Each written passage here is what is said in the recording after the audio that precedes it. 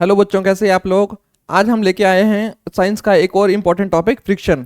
Eighth class का science का ये टॉपिक जो हमारा है बहुत इंपॉर्टेंट है। एट्थ क्लास में हमने पहले क्या पढ़ा है, हमने एट्थ क्लास में हमने फोर्स एंड प्रेशर पढ़ लिया है। तो ये दूसरा टॉपिक है फ्रिक्शन। तो मैं Rohan Kumar omega pro classes की तरफ से आपका स्वागत करता हूं। चलिए इस टॉपिक का शुरू करते हैं। तो फ्रिक्शन हम पहले इंट्रोड्यूस हो चुके हैं। हमारे पास ये फ्रिक्शन क्या है, एक तरह से कॉन्टैक्ट फोर्सेस है जो हमारे प्रीवियस चैप्टर में हमने पढ़ा था। और कब जो लगता है, ये सरफेस की वजह से लगता है। तो दो सरफेसेस इन कॉन्टैक्ट में आता है तो ये फ्रिक्शन लगता है।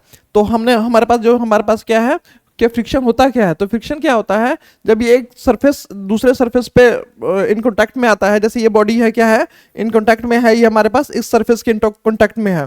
तो अगर हम इस बॉडी पे कोई फोर्स लगाते हैं, इस ऑब्जेक्ट पे कोई फोर्स लगाते हैं, तो ये क्या करेगा, ये उस मूव करने की कोशिश करेगा, इसमें कुछ मोशन आने की संभावना आएगी। तो ये जब ये मूव करने की कोशिश करेगा, क्या या मूव करेगा, तो जो इस सरफेस इन कांटेक्ट में है तो ये इसको अपोज करेगा, इसके मोशन को अपोज करेगा। तो ये जो अपोजिंग फोर्स है, ये जो रेसिस्ट करता है मोशन को, उसे बोलते हैं फोर्स ऑफ फ्रिक्शन। तो फोर्स ऑफ फ्रिक्शन क्या होता है, इसका डायरेक्शन क्या है, ये मोशन के अपोजिट डायरेक्शन में लगता है या फोर्स के अपोजिट डायरेक्शन में लगता है, और ये मोशन को अपोज करता है, रेसिस्ट करता है। तो ये क्या है हमारे पास, friction is the force that oppose the relative motion. जो इनके बीच में, दो सरफेसेस के बीच में, जो सरफेस वन है, ये सरफेस वन है मान के चलते हैं, और ये सरफेस टू है।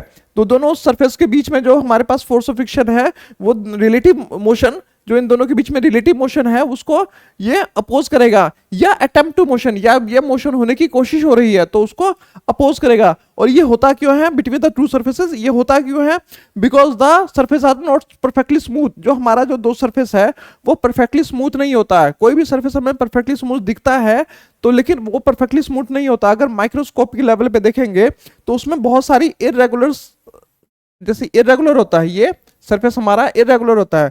तो इरेगुलरिटी क्या होती है, आपस में एक दूसरे को इंटरलॉक कर लेती है। आपस में इंटरलॉक करने से क्या होता है, वो मोशन जो उसमें जो स्लाइड करने की कोशिश करती है या मोशन होने की कोशिश करती है, तो वो उसको रोकती है। जो इंटरलॉक होता है वो आपस में रोकती है। जैसे हमारा क्या है, हमारे आपके हाथों को आपने देखा होगा कि हाथ के क्या है, जो उंगलियों में ना इरेगुलर सरफेसेस है, उसको बहुत बारीकी से देखिएगा। तो इसी इरेगुलरिटी की वजह से हम किसी चीज को होल्ड कर पाते हैं। अगर कई बार हमारे हाथ पे क्या होता है, स्मूथनेस, कोई वैक्स लग जाता है, तो क्या किसी चीज को हम इजिली नहीं पकड़ पाते हैं। तो इरेगुलर सरफेस की वजह से फ्रिक्शन क्या होता है, ज्यादा होता है। तो अगर इरेगुलरिटी ज्यादा होगी तो फ्रिक्शन ज्यादा होगा, इरेगुलरिटीज कम होगी तो फ्रिक्शन कम होगा। तो हमारा जो नेक्स्ट है, तो फ्रिक्शन क्या है, हमारे पास सरफेस की वजह से होता है। तो हमने अब तक ये देखा कि जो फ्रिक्शन है ड्यू टू द सरफेस के होता है। तो हमने ना 3 एक्सपेरिमेंट किए।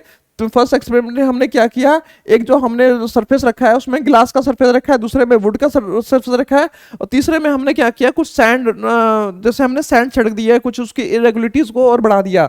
तो हमें पता है कि ग्लास क्या होता है, सबसे ज्यादा इन 3 कंडीशन में सबसे ज्यादा स्मूथ होता है, तो उसमें इरेगुलरिटी सबसे ज्यादा कम होती है। दूसरे केस में हमने वुड रखा है, तीसरे केस में हमने इरेगुलरिटी सबसे ज्यादा मैक्सिमम कर दी है हमने। तो हम क्या करेंगे, यहां से एक स्लोप बनाया, स्लोप पे एक टॉय कार को हम ना उसको मूव कराने की कोशिश करेंगे। तो हम देखेंगे जो टॉय कार जो हमने फ्रीली यहां से हमने छोड़ा है, तो ये बहुत दूर तक ग्लास सरफेस पे बहुत दूर तक जाएगा।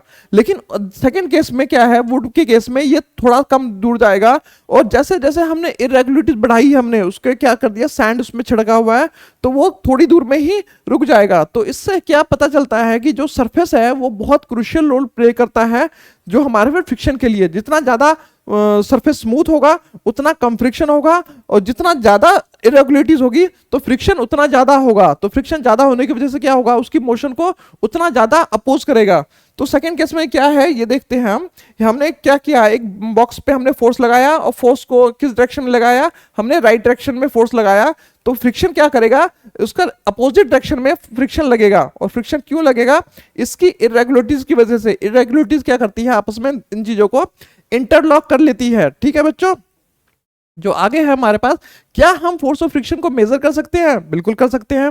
फोर्स ऑफ फ्रिक्शन को मेजर करने के लिए हमें क्या चाहिए, हमें चाहिए एक स्प्रिंग बैलेंस। स्प्रिंग बैलेंस क्या होता है, स्प्रिंग बैलेंस एक ऐसा इंस्ट्रूमेंट होता है जिससे हम किसी फोर्स को मेजर कर सकते हैं। अगर किसी ऑब्जेक्ट पे फोर्स लग रहा है तो उसको हम मेजर करने के लिए हमारे पास होता है एक स्प्रिंग बैलेंस। स्प्रिंग बैलेंस में एक नंबर लिखे होते हैं, ग्रेजुअली इंक्रीजिंग नंबर होते हैं, 0 2 1 2 3 5 6। उसमें तो जितना ज्यादा मोशन, जितना ज्यादा वो फोर्स लगेगा वो उतना हमें फोर्स बता देगा कि उस पर कितना फोर्स लग रहा है। तो हमने क्या किया, एक ना हमने ब्रिक लिया है, ब्रिक को क्या किया हमने, ब्रिक पे हमने कुछ धागा बांध के हमने इसको हुक लगा दिया।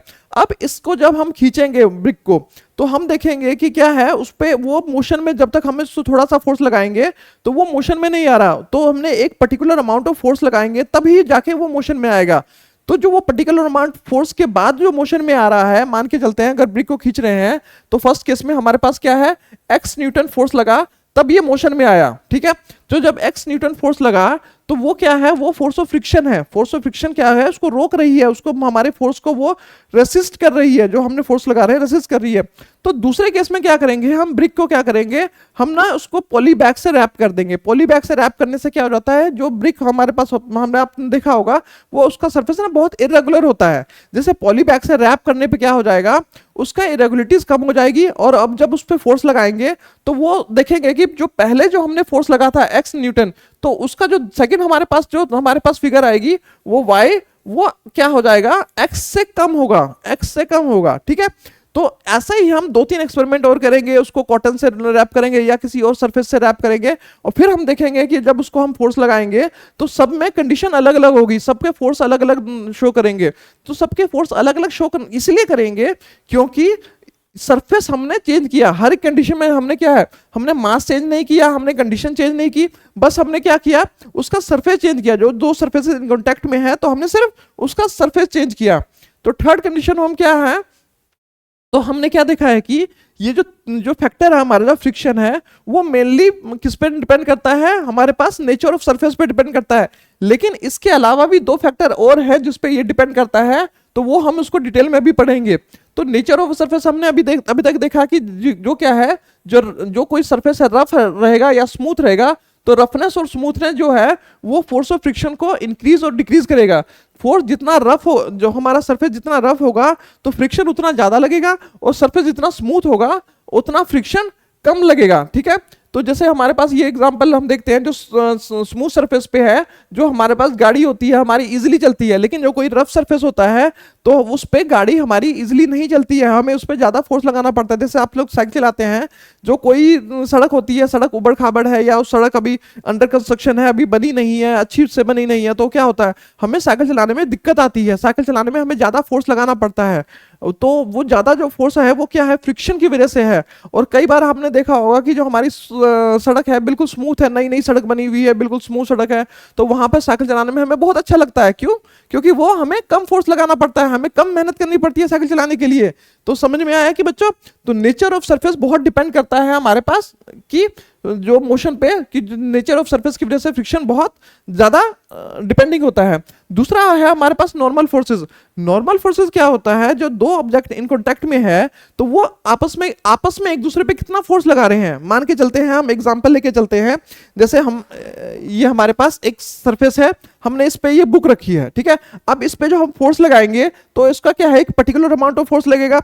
लेकिन अगर हम क्या करते हैं, इस पे हम और बुक्स रख देते हैं, अब जो हम फोर्स लगाएंगे तो क्या हो जाएगा, फोर्स हमें ज्यादा लगेगा, क्योंकि क्या हो जाएगा, हमने इसका वेट बढ़ा दिया है, हमने इस पे ज्यादा फोर्स लग दिया है। यही जो ज्यादा फोर्स है, ये जो सरफेस को है प्रेस करने की कोशिश करेगा, तो ये हमारा नॉर्मल फोर्सेस इस पे इंक्रीज हो जाएगा। तो इंक्रीज होने से क्या है, हमारे पास फोर्स ऑफ फ्रिक्शन ज्यादा लगेगा। जैसे इस कंडीशन, इस हम फिगर में देखेंगे तो इसमें हमारे पास क्या है, नॉर्मल फोर्स कम है, इसमें स्मॉल फोर्सेस है, तो आपस में जो इरेगुलर है सरफेस है वो कम इंटरलॉक है। लेकिन अगर हमने इसको प्रेस कर दिया है तो हमारे पास क्या होता है, जो इरेगुलरिटीज है वो इंटरलॉक बढ़ जाएगा, वो आपस में एक दूसरे को ज्यादा प्रेस करेगा, और उसको छुड़ाने के लिए, इरेगुलरिटीज को ओवरकम करने के लिए हमें ज्यादा फोर्स लगाना पड़ेगा। और तीसरा कंडीशन हमारे पास क्या है, एरिया इन कॉन्टैक्ट। जितना ज्यादा एरिया इन कॉन्टैक्ट होगा, ठीक है, उतना ज्यादा हमें जोर लगाना पड़ेगा। जैसे मान के चलते हैं, ये बुक है हमारे पास, ठीक है, इस बुक का देखो, इस बुक का जो हमारे पास एरिया इन कॉन्टैक्ट है कम है, तो अगर ये बुक्स पे हम फोर्स लगाएंगे तो फोर्स कम लगेगा, लेकिन अगर हम एक ऐसी बुक ले लेते हैं जिस जो इससे वाइड हो और इस पे हम जो फोर्स लगाएंगे, अगर सेम अमाउंट ऑफ दोनों का वेट सेम है, तो अब इस पे जो फोर्स लगाएंगे तो फोर्स ऑफ फ्रिक्शन हमारे पास ज्यादा हो जाएगा। तो फोर्स ऑफ फ्रिक्शन हमारे पास जो मेनली जो डिपेंड करता है हमारे पास नेचर ऑफ सरफेस पे करता है, लेकिन उसके बाद क्या करता है नॉर्मल फोर्सेस पे भी करता है। और जो जितना एरिया इन कॉन्टैक्ट जितना ज्यादा होगा फोर्स ऑफ फ्रिक्शन उतना ज्यादा लगेगा। ठीक है बच्चों, तो फोर्स ऑफ फ्रिक्शन इंक्रीज हो जाता है एरिया इन कॉन्टैक्ट से। ठीक है, अब हमारे पास क्या है, तो फ्रिक्शन के टाइप है। तो फ्रिक्शन कितने तरह के होते हैं, फ्रिक्शन जनरली 4 तरह के होते हैं। तो पहला क्या होता है स्टैटिक फ्रिक्शन, स्लाइडिंग, दूसरा स्लाइडिंग फ्रिक्शन, तीसरा रोलिंग फ्रिक्शन और चौथा फ्लूइड फ्रिक्शन। अभी इन चारों को हम डिटेल में पढ़ेंगे, तो हमारे पास पहले हम एक बार समझ लेते हैं स्टैटिक फ्रिक्शन क्या होता है। जब किसी बॉडी पे हम फोर्स लगाते हैं और वो मोशन में नहीं आ रहा है, ठीक है, तो वो उसको मोशन को अपोज करता है अपनी रेस्ट पोजीशन को कायम रखने के लिए, अपनी रेस्ट पोजीशन को वो नहीं छोड़ रहा है, तो उसे स्टैटिक फ्रिक्शन करेंगे। अभी वो जो ऑब्जेक्ट है वो रेस्ट में ही है, तो उसे हम स्टैटिक फ्रिक्शन करेंगे। लेकिन अगर कोई बॉडी मूव कर रही है, ठीक है, मोशन में है, ऑलरेडी मोशन में है, अब उसको मोशन को कंटिन्यू रखने के लिए जो हमें उस पर फोर्स लगाना पड़ेगा, तो वो हो जाएगा हमारे पास स्लाइडिंग फ्रिक्शन। वो बॉडी क्या कर रही है, स्लाइड कर रही है। अब जो फोर्स लगेगा स्लाइडिंग, उसको कंटिन्यू, स्लाइड को कंटिन्यू रखने के लिए जो फोर्स की जरूरत होती है, जो वो फोर्स को अपोज कर रहा है, तो उसे करेंगे हम स्लाइडिंग फ्रिक्शन। स्लाइडिंग मोशन में है और जो उस पर फ्रिक्शन लगेगा वो स्लाइडिंग फ्रिक्शन होगा। अब एक क्या होता है रोलिंग मोशन, कोई चीज रोल हो रही है, एक सरफेस पे रोल हो रहा है। रोल होने पे क्या होता है, हमने क्या कर दिया, एरिया ऑफ सरफेस हमने बहुत कम कर दिया। एरिया ऑफ सरफेस कम होने से क्या हो जाता है, जो फ्रिक्शन होगा इसमें कम लगेगा, लेकिन फ्रिक्शन कुछ लगेगा, एरिया इन कॉन्टैक्ट है, फ्रिक्शन तो कुछ लगेगा। तो जो रोलिंग फ्रिक्शन, रोलिंग की कंडीशन में लगेगा तो उसका रोलिंग फ्रिक्शन होगा।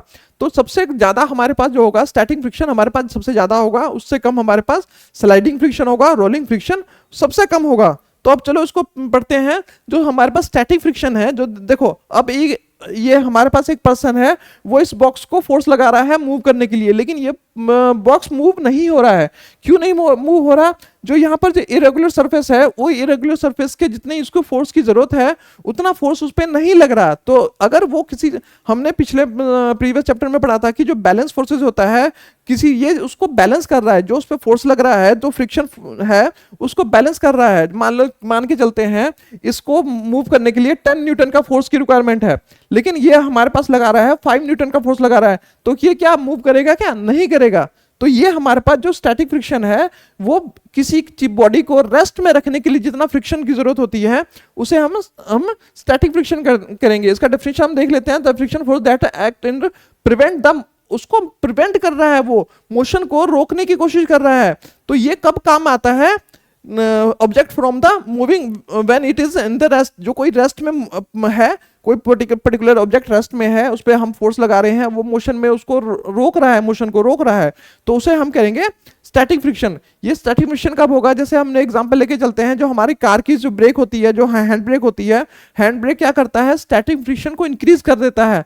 तो उससे क्या होता है कि अगर हमारी बॉडी क्या होती है, स्लोप पे भी खड़ी होती है, तो वो स्लोप पे वो मूव नहीं करती है, वो नहीं हिलने की कोशिश करती है। या कभी हम गलती से हम क्या करते हैं, कोई उसको एक्सलेट करने की कोशिश करते हैं, तो वो जो हमारे पास स्टैटिक फ्रिक्शन है, जो हैंड ब्रेक की वजह से वो गाड़ी आगे नहीं बढ़ती है। तो हैंड ब्रेक क्या करता है, एक स्टैटिक फ्रिक्शन को इंक्रीज कर देता है। और जो स्टैटिक फ्रिक्शन है हमेशा क्या होगा, वो स्लाइडिंग फ्रिक्शन से ज्यादा होगा। इसका एग्जांपल और समझते हैं, जैसे साइकिलिंग करते हैं, जब हम साइकिल रेस्ट पे है, तो रेस्ट पे साइकिल पे हमें उसको सबसे पहला जो पेडल मारते हैं उसको मोशन में लाने के लिए, तो हमें क्या करता है, हमें ज्यादा फोर्स लगाना पड़ता है। जब हमें उसमें ज्यादा फोर्स लगाना पड़ता है, तो वो जो फोर्स लग रहा है, जो एक रेस्ट पोजीशन में जो है, रेस्ट पोजीशन में जो ज्यादा फोर्स लग रहा है, ओवरकम कर रहा है। यानी इस 10 न्यूटन से जो हम एक्स्ट्रा फोर्स लगा रहे हैं, तो ये 10 न्यूटन का जो फोर्स है वो क्या है, स्टैटिक फ्रिक्शन। मतलब स्टैटिक फ्रिक्शन ये मतलब उस बॉडी को रेस्ट में रखने के लिए जो फोर्स की जरूरत होती है, या जो फ्रिक्शन जो है उस बॉडी को रेस्ट में रख रहा है, तो उसे क्या बोलेंगे, स्टैटिक फ्रिक्शन। दूसरा जो हमारे पास है स्लाइडिंग फ्रिक्शन। एक बॉडी है ऑलरेडी मोशन में है, ठीक है, अब उस मोशन को हमें क्या करना है, कंटिन्यू रखना है। मोशन को कंटिन्यू रखने के लिए हमें उस पर कुछ ना कुछ फोर्स लगाना पड़ेगा। लेकिन क्या है कि वो जो बॉडी है कुछ ना कुछ अभी भी सरफेस में अटैच है। देखो सरफेस में वो अभी भी अटैच है, जो अभी अटैचमेंट के कारण जो अभी वो फ्रिक्शन प्रोड्यूस कर रहा है, तो उसे करेंगे स्लाइडिंग फ्रिक्शन। ठीक है बच्चों, स्लाइडिंग फ्रिक्शन में कम क्यों होता है स्टैटिक फ्रिक्शन से, वो मैं अब समझाता हूं आपको। जो इसमें जब कोई बॉडी स्लाइड करती है तो उसे इंटरलॉक होने का समय नहीं मिल पाता, वो इंटरलॉक प्रॉपर इंटरलॉक नहीं हो पाता, जो प्रॉपर इंटरलॉक नहीं हो पाता, इसीलिए जो हमारे पास स्लाइडिंग फ्रिक्शन है स्टैटिक फ्रिक्शन से कम होता है। तो यहाँ आप देखो ये बॉडी है, इसको मूव कर रही है, तो हमें इसको मोशन में रखने के लिए एक पर्टिकुलर अमाउंट ऑफ फोर्स चाहिए, तो वो जो पर्टिकुलर अमाउंट ऑफ फोर्स है उसे हम कहेंगे स्लाइडिंग फ्रिक्शन। जो स्लाइडिंग फ्रिक्शन स्लाइड के दौरान, किसी बॉडी स्लाइड होने के दौरान जो फ्रिक्शन प्रोड्यूस करता है, तो उसे हम स्लाइडिंग फ्रिक्शन करेंगे। तीसरे केस में हमारे पास क्या है, रोलिंग फ्रिक्शन। अब रोलिंग फ्रिक्शन में हमने पढ़ा है बच्चों कि अगर किसी सरफेस एरिया को हम कम कर देते हैं तो फ्रिक्शन क्या हो जाएगा, और कम हो जाएगा। तो ये जो स्टैटिक फ्रिक्शन से भी जो कम हमारे पास स्लाइडिंग फ्रिक्शन था, और स्लाइडिंग फ्रिक्शन से भी कम हमारे पास हो जाएगा रोलिंग फ्रिक्शन, क्योंकि हमने देखो कि उस बॉडी का हमने क्या किया, उस बॉडी को हमने रोल कर दिया। रोल करने से क्या हो जाएगा कि वो बॉडी का जो सरफेस है सबसे कम कांटेक्ट में आएगा। सबसे कम कांटेक्ट में आने से क्या होगा, फ्रिक्शन सबसे कम हो जाएगा, फ्रिक्शन सबसे कम हो जाएगा। तो ये हमारे पास क्या है, हमारे पास तो ये जब किसी चीज को रोल करते हैं तो फ्रिक्शन बहुत कम हो जाता है। तो एक एग्जांपल लेके चलते हैं, जैसे हमारे पास ये पुराने जमाने में क्या करते थे, किसी बॉडी को, किसी हैवी बॉडी को घसीट के लेके जाते थे, ठीक है। तो फिर उन्होंने धीरे धीरे रियलाइज किया कि अगर हम उसके नीचे में कोई रोलिंग चीज हम रख देते हैं तो वो क्या हो जाता है, हमारा जो फोर्स उस पर हम लगाते हैं तो फोर्स हमारा कम हो जाता है। तो ये फोर्स क्या कम कर रहा है, वो उसका सरफेस, जो सरफेस की वजह से क्या हो रहा है, फोर्स कम लग रहा है। तो स्टैटिक फ्रिक्शन क्या हमारे पास है, स्टैटिक फ्रिक्शन से कम हमारे पास स्लाइडिंग फ्रिक्शन होगा, और स्लाइडिंग फ्रिक्शन से कम होगा रोलिंग फ्रिक्शन। अब कुछ एग्जांपल घर पे भी आप एग्जांपल कर सकते हैं, जैसे आपकी पेंसिल होती है या पेन होता है जो बिल्कुल गोल होता है, तो हम उसको क्या करेंगे, जैसे अब ये बुक है, बुक के नीचे बुक को हम फोर्स लगा रहे हैं, तो इसको एक पर्टिकुलर अमाउंट ऑफ फोर्स चाहिए मूव होने के लिए। लेकिन अगर हम कुछ पेन हम इसके नीचे में रख देंगे, अब इसके ऊपर हम रखेंगे, अब देखो ये अपने आप ही, ये देखो ये बॉडी अपने आप ही मूव हो रही है। लेकिन अगर हम इसको हटा देते हैं तो क्या मूव हो रही है, क्या देखो ये मूव हो रही है, नहीं हो रही है, ठीक है। इसकी मोशन कम है। लेकिन अगर इसके हम नीचे में हम कोई स्लाइडिंग चीज रख देते हैं, ठीक है, हमने कोई रोल रख दिया, तो ये देखो ये थोड़े से फोर्स से ये मोशन में आ जाता है। तो स्लाइडिंग फ्रिक्शन, अब रोलिंग फ्रिक्शन आपको समझ में आ गया। रोलिंग फ्रिक्शन को ही और डेवलप करके हमने व्हील बनाया। व्हील क्या करता है, व्हील हम उस सरफेस का एरिया को कम कर देता है, मिनिमाइज कर देता है। मिनिमाइज सरफेस की वजह से क्या होता है, जो हमारे पास फोर्स उस पे बॉडी को मोशन में, उसको मोशन में रखने के लिए जो फोर्स चाहिए वो हम मिनिमाइज हो जाता है। कम फोर्स में हम क्या करते हैं, हम धीरे धीरे हम फोर्स को कम करते हैं। किसी ऑब्जेक्ट को मोशन में रखने के लिए हम फोर्स कम लगाते हैं, क्योंकि फोर्स हमारी एनर्जी को सेव करता है, ठीक है। जो अगला है हमारे पास, तो फ्लूइड फ्रिक्शन। फ्लूइड फ्रिक्शन देखो बेटा क्या है, फ्लूइड फ्रिक्शन में जब, अभी तो हमने पढ़ा कि सॉलिड के केस में, लेकिन क्या है, जो फ्लूइड भी तो किसी तरह का फ्रिक्शन लगाता है। फ्लूइड क्या होता है, फ्लूइड हम जनरली लेके चलते हैं लिक्विड को, लेकिन ऐसा नहीं है। फ्लूइड में जो चीज फ्लो करती है उससे फ्लूइड बोलते हैं। हवा भी तो फ्लो करती है, जो गैसेज है हमारे पास वो भी फ्लो करती है, तो उससे भी हम फ्लूइड करेंगे। तो फ्लूइड क्या हो जाता है, तो फ्लूइड हमारे पास, जो हमारे पास लिक्विड और गैसेस दोनों ही हमारे पास क्या होता है, फ्लूइड होता है। तो फ्लूइड जो जब फ्रिक्शन लगाती है तो उसे हम बोलते हैं फ्लूइड फ्रिक्शन। फ्लूइड फ्रिक्शन किस पे लगाएगी, जैसे हमारे पास एरोप्लेन होता है, या हमारे पास कोई बर्ड उड़ रहा है, या जो उड़ने वाली चीज है, या पानी में जो मछलियां तैरती हैं, या पानी में हमारी नाव तैरती हैं, तो उन पे जो पानी की वजह से या हवा की वजह से जो उस पे फ्रिक्शन लगता है, वो जो हवा और पानी उसको रोकती है, तो उसे क्या बोलेंगे हम, फ्लूइड फ्रिक्शन बोलेंगे। तो फ्लूइड फ्रिक्शन में हमारे पास सरफेस कौन कौन सी दो चीजें इंपॉर्टेंट रखती हैं।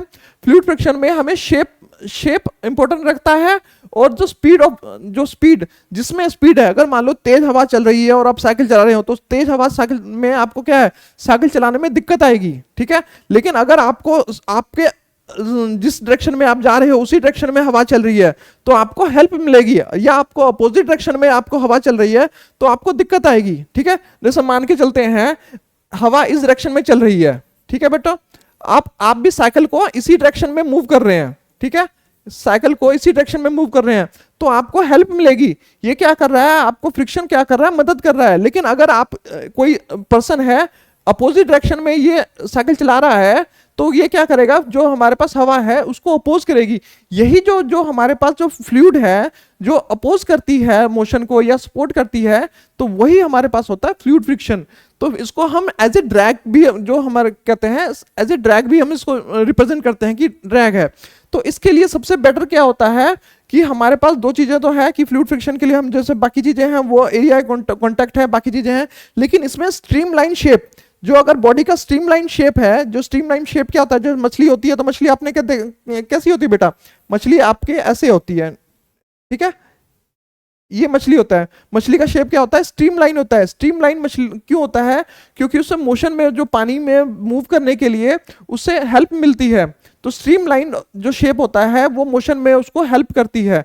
तो मोशन में ड्रैग, जो फ्लूइड फ्रिक्शन को कम करने के लिए हमारे पास क्या होता है, जो हमें ऑब्जेक्ट को कैसा होना चाहिए, स्ट्रीमलाइन होना चाहिए। तो ये हमने फ्लूइड फ्रिक्शन भी पढ़ लिया। तो स्ट्रीमलाइन शेप बहुत जरूरी है, बाकी चीजें।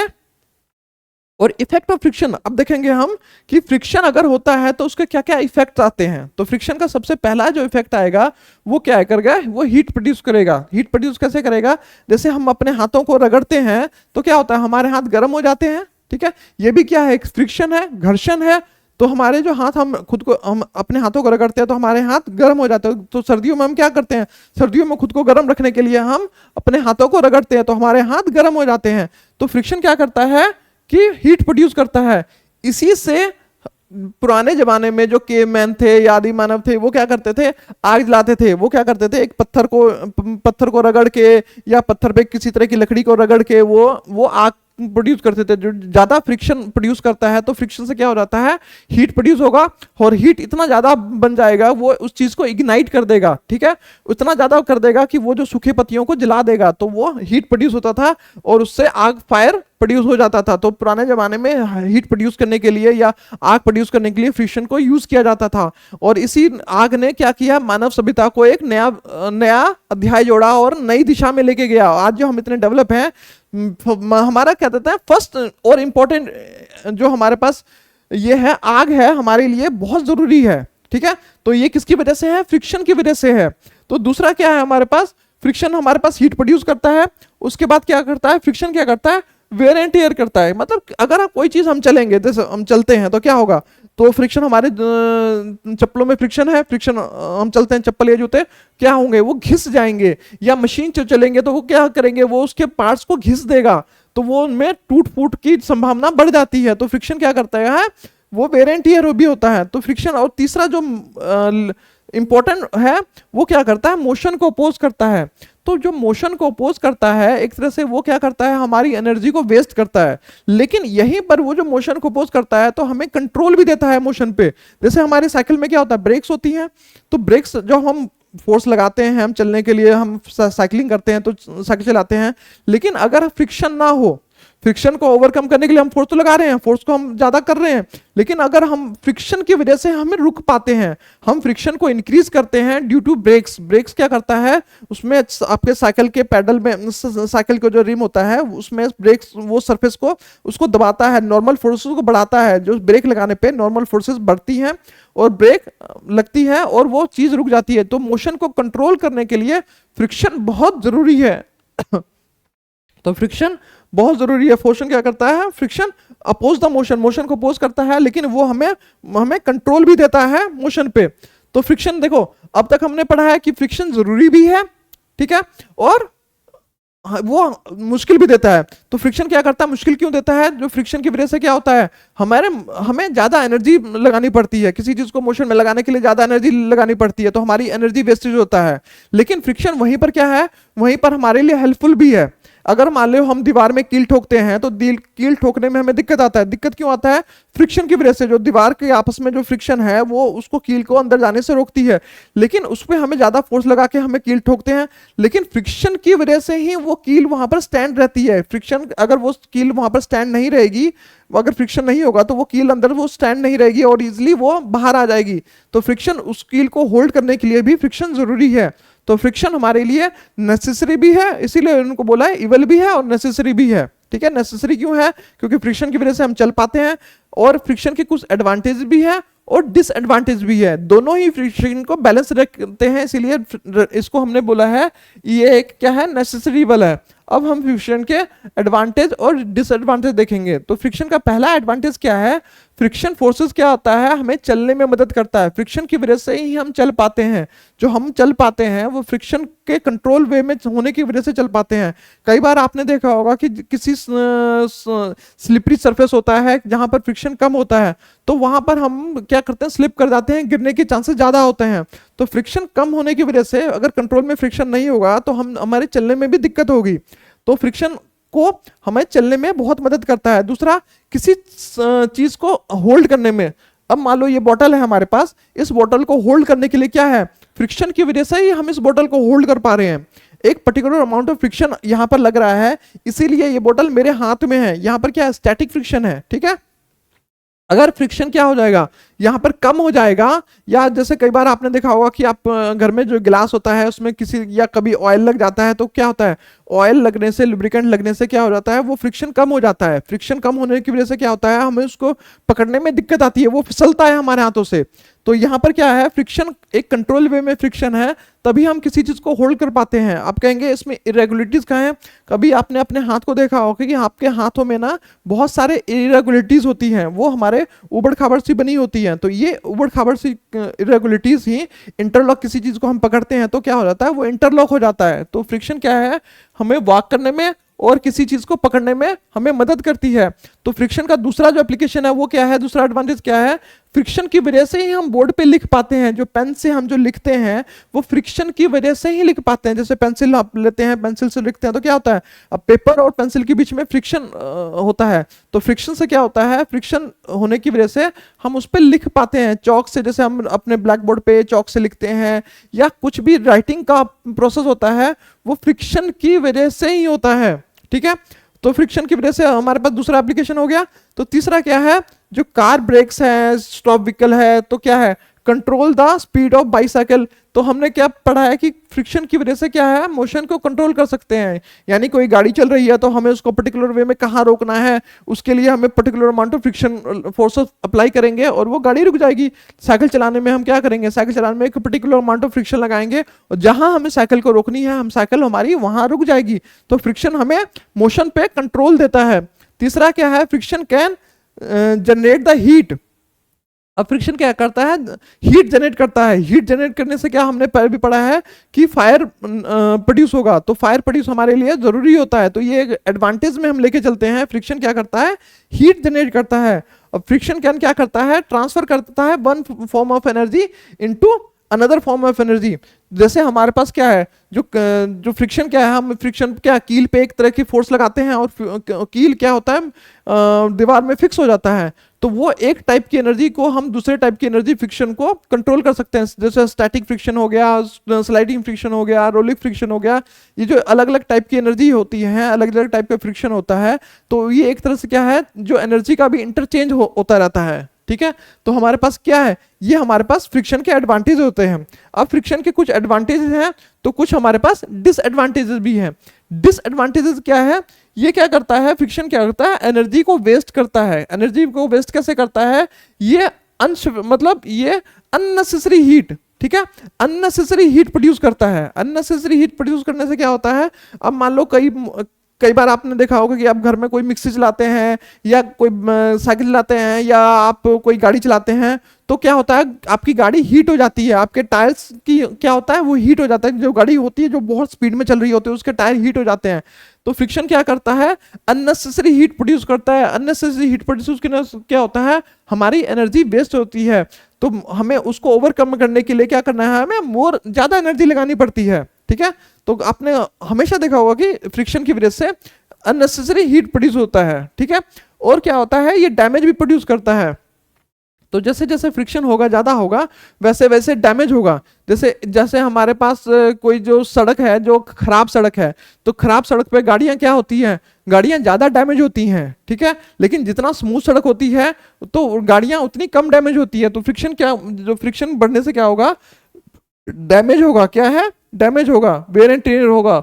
और उसके बाद क्या होता है, अननेसेसरी नॉइस प्रोड्यूस होता है। फ्रिक्शन क्या करता है, नॉइस भी प्रोड्यूस करता है, अननेसेसरी नॉइस प्रोड्यूस करता है। उससे क्या होता है, जिस मशीन होती है नॉइस प्रोड्यूस करती है, विच कैन बी इरिटेटिंग, हमें इरिटेट करता है और एक तरह से एनर्जी लॉस होता है और एक नॉइस पोल्यूशन बढ़ता है। जैसे आपके घर में क्या मिक्सी चलती है तो मिक्सी जैसे चलाते हैं तो कितनी आवाज होती है, या गाड़ी चलती है तो आवाज होती है। आपके जो जितने भी चीजें आपके आसपास होगा, कभी आपने देखा होगा जैसे जैसे फ्रिक्शन होगा वैसे वैसे वो जितना आवाज प्रोड्यूस करेगा, तो फ्रिक्शन एक क्या करता है, नॉइस प्रोड्यूस करता है।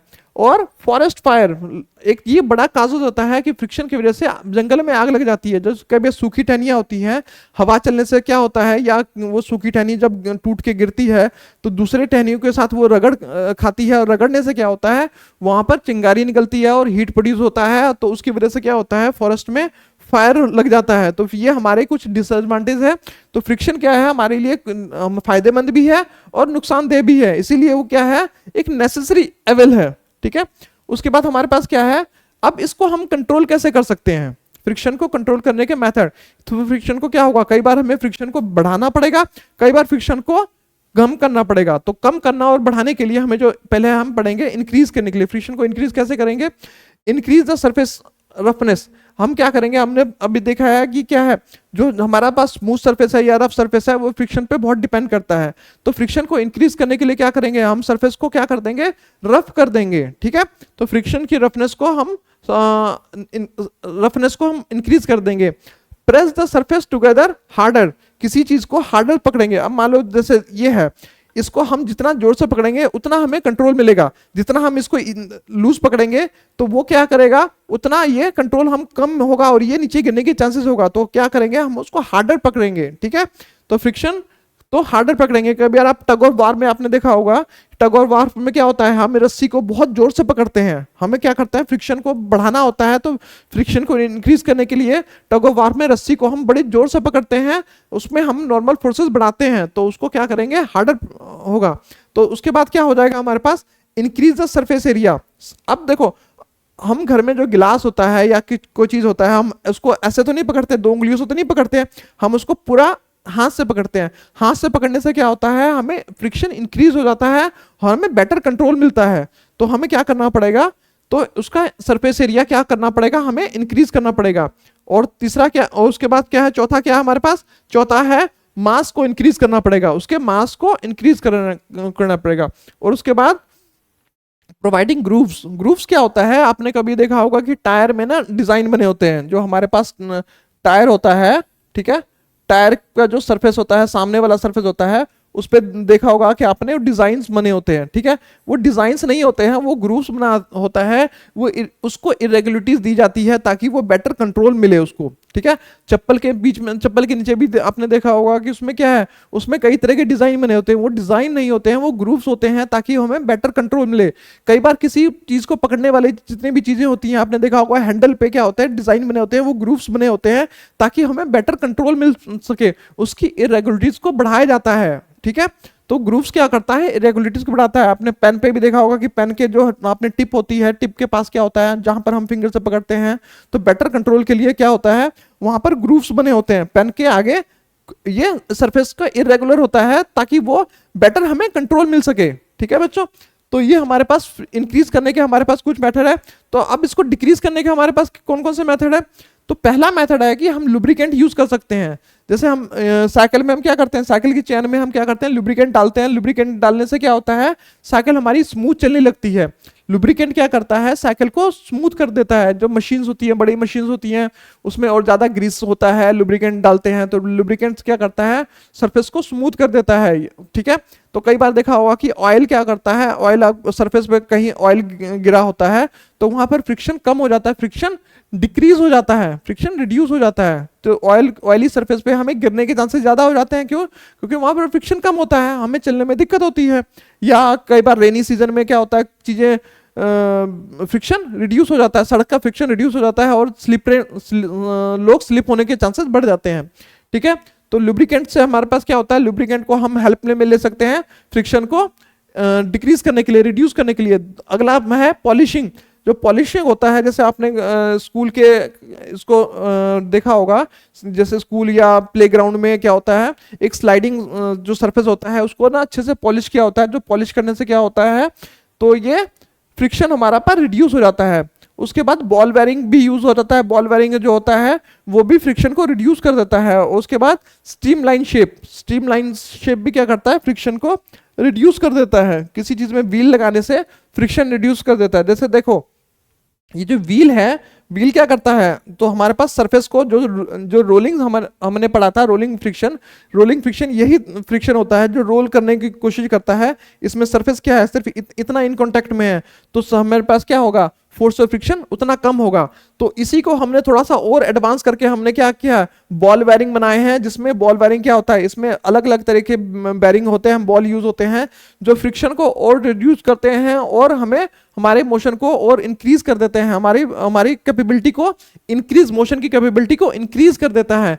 और क्या हमारे पास क्या है, जैसे कील है, ये सब चीजें जो हम अपनी सारी चीजें पढ़ ली हैं कि फ्रिक्शन को क्या है, इरेगुलरिटीज है, इरेगुलरिटीज क्या करता है, इंटरलॉक कर देता है। तो ये सारी चीजें हमने फ्रिक्शन में कवर कर लिया है। तो हमारा फ्रिक्शन चैप्टर इसी के साथ हो जाता है कंप्लीट। तो आपको जो अच्छा लगा तो थैंक यू वेरी मच, इसको शेयर कीजिए।